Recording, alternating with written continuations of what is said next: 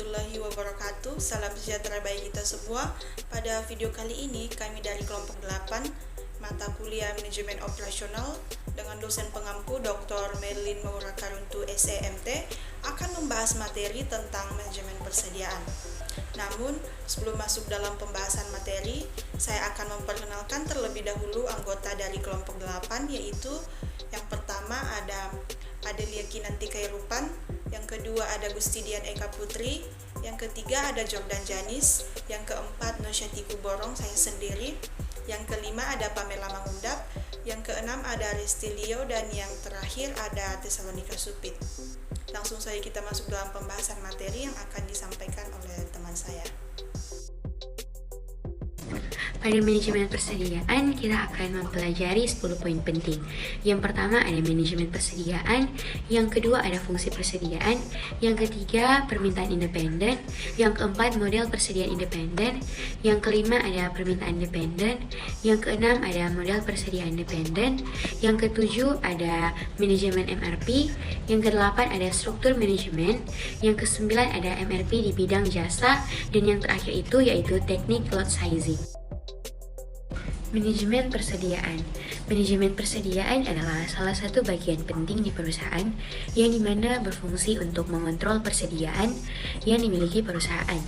Dapat dikatakan ini adalah sebuah proses untuk mengatur persediaan barang dalam suatu perusahaan, dimulai dari cara mendapatkan persediaan, menyimpannya, sampai persediaan tersebut dimanfaatkan.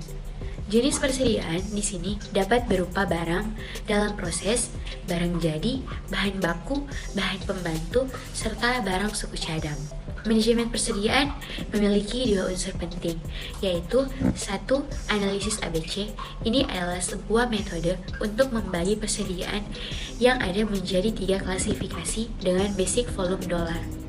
Analis ABC adalah sebuah aplikasi dari persediaan prinsip Pareto. Prinsip Pareto menyatakan terdapat sedikit hal yang kritis dan banyak yang sepele. 2. Akurasi catatan adalah sebuah unsur kritis dalam sistem produksi dan persediaan. Akurasi catatan mengizinkan organisasi untuk fokus pada barang-barang yang diperlukan. Selanjutnya, fungsi manajemen persediaan. Persediaan memiliki 4 fungsi, yaitu yang pertama, decouple atau memisahkan beberapa tahapan dari proses produksi.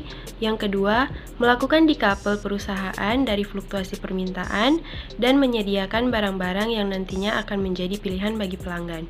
Yang ketiga, mengambil keuntungan dari diskon kuantitas. Dan yang terakhir, melindungi terhadap inflasi dan kenaikan harga. Kita masuk dalam permintaan independen. Model persediaan independen adalah model penentuan jumlah pembelian bahan atau barang yang bersifat bebas. Biasanya diaplikasikan untuk pembelian persediaan di mana permintaannya bersifat terus-menerus dari waktu ke waktu dan bersifat konstan. Model permintaan independen ada 3, yaitu yang pertama, model kuantitas pesanan ekonomis yang mendasar, kemudian yang kedua, model kuantitas pesanan produksi, dan yang ketiga, model diskon kuantitas. 1. Model kuantitas pesanan ekonomis yang mendasar adalah salah satu teknik kontrol persediaan yang tertua dan paling terkenal. Teknik ini relatif mudah digunakan, tetapi berdasarkan badan beberapa asumsi. Tujuan model IOQ ini adalah untuk menentukan jumlah Q setiap kali pemesanan IOQ sehingga minimalisir biaya total persediaan. Rumus menghitung IOQ adalah sebagai berikut, di mana IOQ sama dengan jumlah optimal barang per pesanan, D. Permintaan tahunan barang persediaan dalam unit, S. Biaya pemesanan setiap kali pesan, H. Biaya penyimpanan per unit per tahun. Yang berikut, permintaan dependen. Permintaan dependen adalah permintaan untuk sebuah jenis barang yang berkaitan dengan permintaan jenis barang yang lain. Permintaan untuk jenis barang dikatakan dependen ketika hubungan antar barangnya dapat ditentukan. Teknik dependen yang digunakan dalam sebuah lingkungan produksi disebut perencanaan kebutuhan bahan atau material, recruitment planning atau MRP. Syarat model persediaan dependen. Yang pertama ada jadwal produksi induk atau apa yang akan dibuat dan kapan. Yang kedua ada spesifikasi atau daftar kebutuhan bahan atau bahan dan komponen yang diperlukan untuk membuat produk. Yang ketiga ada ketersediaan persediaan atau apa yang akan ada di persediaan. Yang keempat pesanan pembelian yang belum dipenuhi atau apa yang berada dalam pemesanan juga disebut tagihan yang diperkirakan. Dan yang terakhir ada waktu tunggu atau berapa waktu yang dibutuhkan untuk mendapatkan berbagai komponen. Manajemen MRP atau Material Recruitment Planning atau perencanaan kebutuhan bahan adalah suatu teknik permintaan yang dependen yang menggunakan daftar bahan, persediaan, penerimaan yang diharapkan, dan jadwal produksi induk untuk menentukan kebutuhan bahan material.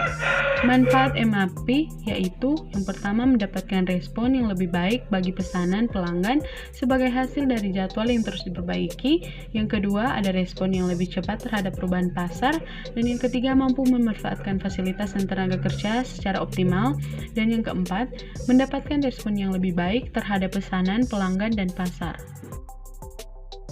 Struktur MRP.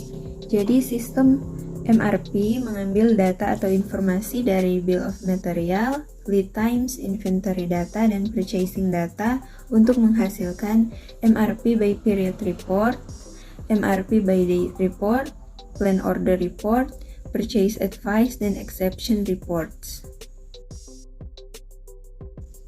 MRP dalam sektor jasa. Dalam sektor jasa, banyak permintaan yang bersifat dependen di mana permintaan tersebut diturunkan dari permintaan jasa lainnya. Industri jasa yang seperti itu biasanya membutuhkan pohon struktur produk, daftar, bahan dan tenaga kerja, serta penjadwalan. MRP dapat sangat membantu kinerja operasional dalam industri jasa semacam itu.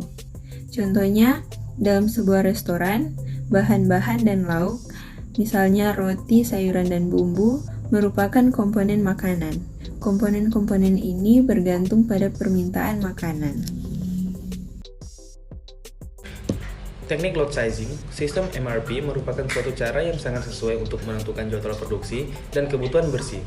Tetapi kebutuhan bersih membutuhkan keputusan mengenai beberapa banyak yang harus dipesan disebut dengan keputusan berukuran lot. Terdapat 4 teknik untuk mengukur lot, yakni 1. Lot untuk lot, yaitu teknik penentuan ukuran lot yang menghasilkan secara tepat apa yang diperlukan untuk memenuhi rencana. 2. Jumlah pemesanan yang ekonomis atau EOQ adalah teknik statistik dengan menggunakan rata-rata meskipun prosedur MRP mengasumsikan mengetahui permintaan yang tercermin dalam jadwal produksi induk. EOQ digunakan jika terjadi permintaan yang tidak bergantung pada faktor lainnya. 3. Kuantitas pesanan secara berkala atau POQ merupakan teknik ukuran lot yang melakukan pesanan atas kuantitas yang dibutuhkan selama periode yang telah ditetapkan sebelumnya antara pemesanan. 4. Ukuran lot dinamis berupaya untuk menyeimbangkan ukuran lot terhadap biaya pemasangan.